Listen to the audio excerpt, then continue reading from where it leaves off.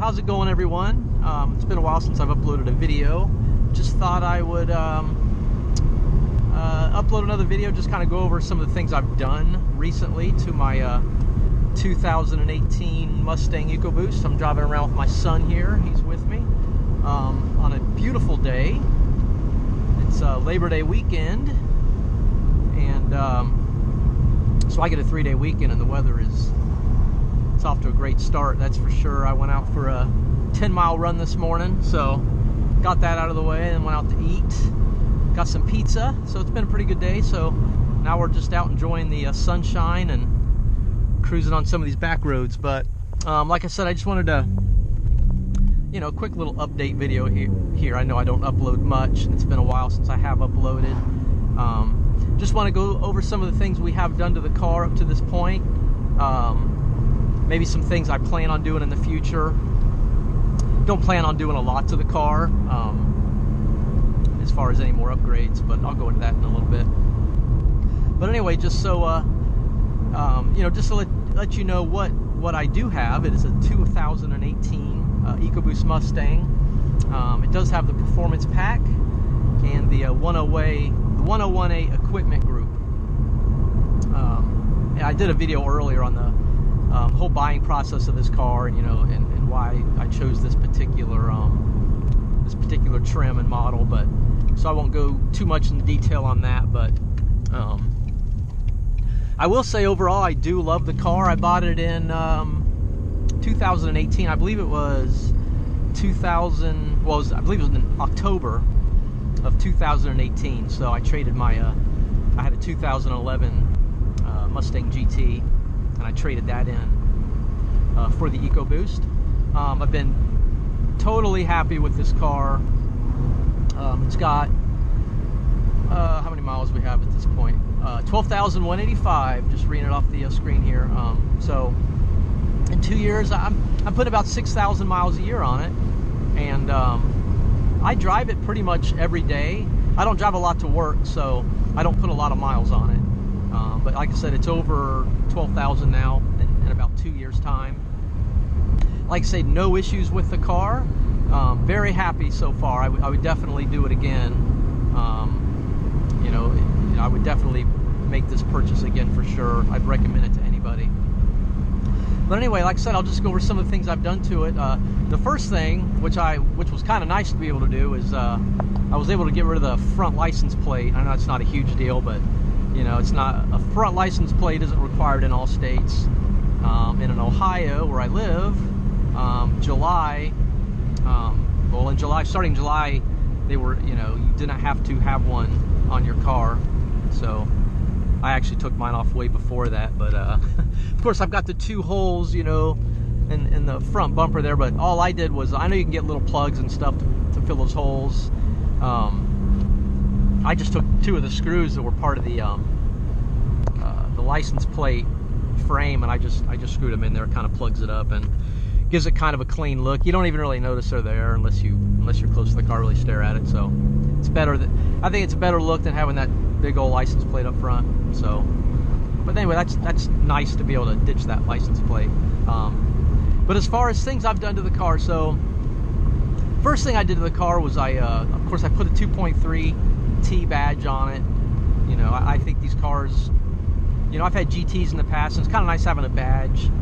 And I think especially since this was the, it did have the performance pack, I think it would have been nice if they did put some sort of badging on there, just to kind of, oh, nice Mazda, kind of distinguish it from the rest, like I said, since it does have the performance pack. Of course, now with the 2020 model Mustang, they have the high performance, and you do get a badge, and actually some other nice features as well. Basically, it looks like a California special car. I kind of wish I would have been in the market this year. I would have been a nice choice as well to have the high performance version of the EcoBoost Mustang. So, but anyway, so I did that, and I also put on the Ford Performance banner on the windshield. Kind of a quick, cheap, easy installation. I just think it's a nice look. Adds a little bit of go fast appearance to the car, and I really like it. When I when I put it on, I was surprised, but by how cool it looked. You know, I like it quite a bit. So just adds a little bit to the overall look of the car, because you know it was kind of plain when I bought it. Just didn't have any graphics or racing stripes or anything on it whatsoever. So just wanted to add a little something to it. Speaking of like racing stripes and vinyls, I would like to in the future add something, whether it's racing stripes or I'm not really sure with what I want to go with. I'm leaning toward the I like the GT 500 or the GT 350 racing stripes. I'm kind of leaning in that direction. I've been doing some searches online. I've gone on American Muscle. I haven't really seen exactly what I'm looking for. I've actually thought about contacting Ford, or just maybe going to one of the local Ford dealerships and seeing, you know, if I could possibly just order them from Ford and even have them install them. You know, I looked at some other graphics and stuff from American Muscle. You know, there's a lot of stuff I could install myself, but if I get the stripes, I think that's not something I want to do myself. I'd like to have someone do that. So, but I'm kind of looking in that direction. So that may be the next thing I do to this car as far as any type of modification. But other than that, as far as I guess performance upgrades to the car, I'll try to, I won't necessarily do this in order, but well, the first thing I did was I got rid of the stock or the factory mufflers, and we went with the, I'm going to roll the window up, it's a little bit loud. Got rid of the factory mufflers, and I did go with the Flowmaster Outlaw Series axle back exhaust. I actually had the same mufflers on my 2011 Mustang GT. I really liked them on the 2011. Kind of an aggressive sound. It's almost a muffler delete. Obviously on the 4-cylinder Mustang it doesn't sound as good, but definitely an improvement. You know, and the car has a little, you know, you can hear the car coming. You know, when you I don't know, when you buy a car, especially Mustang, you don't want it to be real quiet, and it was quiet when I got it. So honestly, I don't love the sound. Obviously it sounded better on my 2011 Mustang GT with the V8, but I would probably do that again. I do like, you know, I do like the upgrade over the factory sound, and I probably gained a few horsepower as well. So my son said it sounds like a Honda Civic. I think it sounds more like a Weed Eater, you know, or something like that, but you know, maybe somewhere in the middle, right? But anyway, it's like I said, wasn't too disappointed with it, but it doesn't have the best sound to it.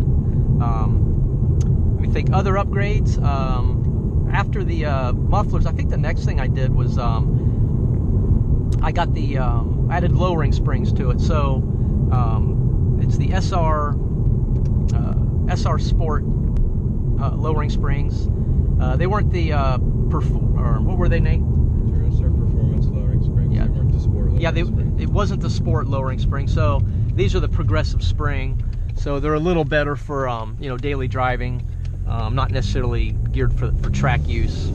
A little softer ride. Like I said, it's more a progressive spring. Really, I mean, it's not a very harsh ride. I mean, it doesn't seem a lot different than it did, you know, factory, like, you know, the stock springs I had.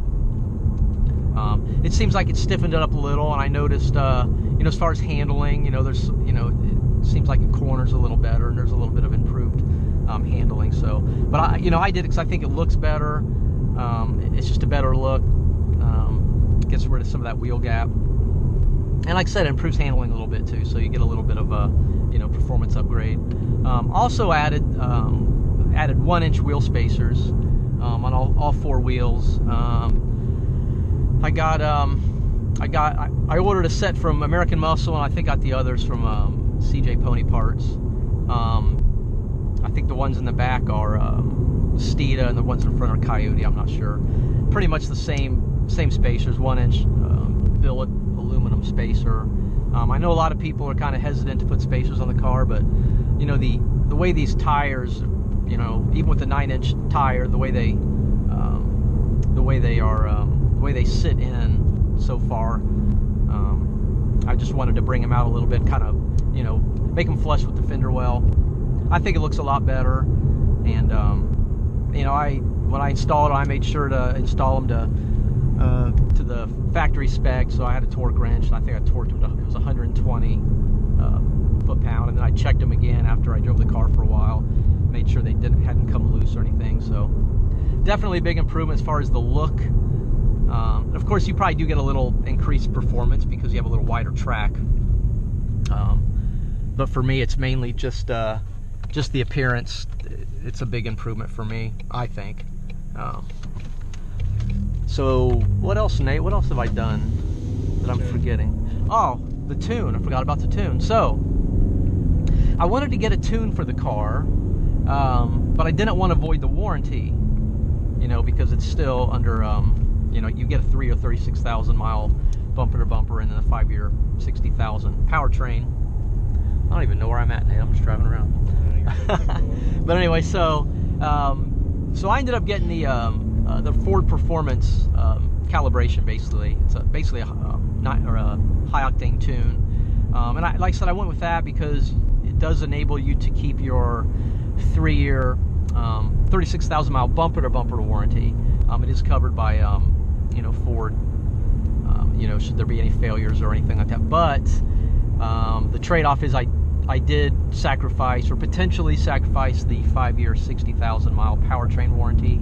I actually did email Ford because I wasn't really sure about that, and they did say that if there was any type of failure that could be directly contributed to the tune, they could deny that claim, you know, once you're in the once your 3 or 36,000 mile bumper to bumper warranty expires. So it's kind of a small risk I'm taking, but you know, hopefully I won't have too many issues. I don't drive the heck out of this car. You know, I do all the scheduled maintenance on it. I am using premium gas. You know, you don't want to use, you know, 87. You have to use 91 or higher, otherwise you could damage your car. So, and then if that's the case, they won't even cover any type of warranty work on it. So hopefully I won't have any issues. I do like the result of the tune. You know, it's, you know, they advertise you're supposed to get, you know, 35 extra, or 35 peak horsepower improvement and 76 foot-pound of torque improvement. So, and also the power band, it seems to be a little wider. So, you know, I like it. I like the results. I've noticed, the biggest thing I've noticed is I do notice a little bit of torque, you know, especially down in. That's where, you know, most of the torque on these cars comes on the low end. But I notice it doesn't fade quite as quickly, and so I find myself using the paddle shifters a lot more because it doesn't die as quick. You know, before it's you know, it's dead around 4,000 RPM, but it seems like now there's a little more torque and it lasts a little longer. So it's just made the car, you know, just that much more fun. I mean, I liked it before, but now it's just, of course, just a little bit better. So, you know, I would recommend the tune if that's something you'd like to do. Haven't had any complaints with it. Haven't had any issues. The car's running fine. So, like I said, hopefully I won't have any issues with it. Like I said, as far as any other improvements, and I believe that is that it, Nate? Am I missing something? That's it. My son's sitting next to me. I'm just sure I'll be forgetting something, but like I said, the only other things I might do to this, you know, I am looking at, you know, to add some racing stripes or something, and there may be some other small things I do, but I don't plan on doing a lot of mods to the car. Honestly, as far as how long I'll keep the car, I do plan on buying another, you know, Mustang GT. You know, I've had several Mustang GTs, and I get it. You know, people say it's not a Mustang if it doesn't have a V8, but it's kind of false because the majority of Mustangs don't have the V8. So really, when you think of a Mustang, you're really thinking of the base model, right? That's what they sell most of. But I do get it. I do love the V8 Mustangs. I've had several of them. I'll go back to one. You know, but I'm not sure when that's going to be. It might be a couple years. You know, it'll be at least a couple years from now. Honestly, and just another thing, I've noticed that the trade-in value on this car has gone up quite a bit. The used car market is doing very well right now. I think just a few months ago, basically before COVID hit, I think the trade-in on this was, I think the median range was 19,000 trade-in. So I was kind of negative still, you know, as far as what I owe on the car. And I did get a great deal on this car, but I was still really close to, you know, breaking even. I was on Car Gurus the other day because, you know, I'm always looking at, you know, what's out there and, you know, prices and stuff. And I was looking at some of the EcoBoost, like, you know, 2017 models, you know, without the performance pack, just, you know, really no options whatsoever, with more miles than this, you know, like 20,000 miles on the odometer, and they were asking like 21 or 22,000 or 23,000. I couldn't believe it. So, and then they were saying that was a fair price. So I did another Kelley Blue Book value on this, right? I don't know if it was Kelley Blue Book or, but I actually did it here, and I also did it on, I believe, on Car Gurus also. And the median trade-in value on this right now, I believe, is 22,000, and it's saying, you know, private party or whatever is like 23 grand. So yeah, the used car market's going crazy right now. So I mean, if you are looking for a new car, because, you know, new car prices, you know, the price of new cars haven't gone up. They're pretty much staying steady, at least from what I've seen. So, you know, if you are looking for a new car, or you plan on it within the next, you know, short time frame, you know, right now is a great time. And I gotta admit, it's kind of tempting when I look at the value of this and what I owe, because I think I owe, you know, basically what I'm looking at, it's worth, you know, at least a couple thousand more than what I owe on it. So it does get tempting when I look at, you know, a new GT, especially if there's a good price on one. I've seen some good deals on you know, some GT Mustangs that are like, you know, 5,000 or MSRP, and it's, you know, it would almost make sense to do it. But to be honest, I really do like this car. I just don't want to get rid of it, and I'm not really done with it. There's still stuff I'd like to do, so I'm just not at that point yet where I'm ready to get rid of it. I've only had it for a couple years, so usually around year 3 is when I start to get a little tired of a car. So I'm not there yet. You know, maybe in a couple years though, for sure, I'll be ready to probably go back to another Mustang GT. So, but yeah, that's it for now. I do plan on doing, like, you know, I had mentioned the tune. I do plan on doing some more 0 to 60 runs, and maybe even a quarter-mile run. Just see what kind of times I can get out of this. Especially as the weather's starting to cool off just a little bit. It's getting that time of year where, you know, it's not too hot, so, you know, conditions are kind of good for some good numbers. So that may be coming up soon. Like I said, hopefully I'll have some of that content in the near future. But until then, thanks for watching.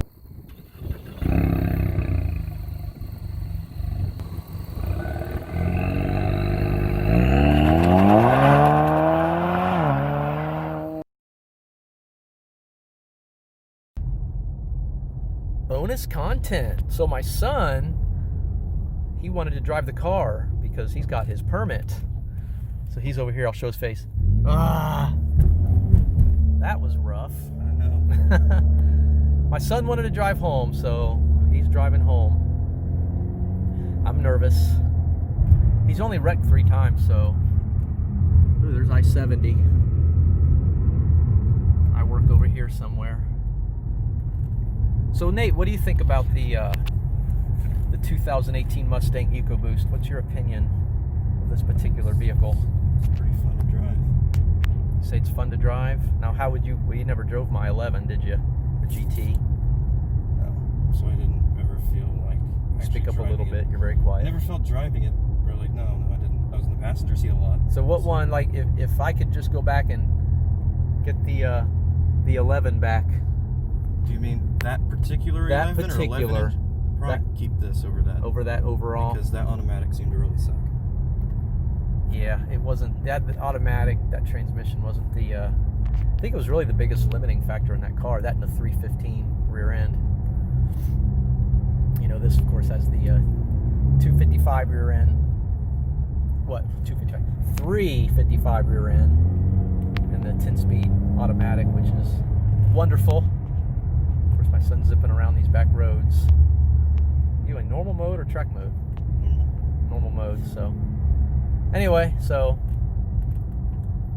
yeah, hopefully you don't witness a crash here as we're driving around. So yeah, he's 15. It turns. Oh wow, this is interesting.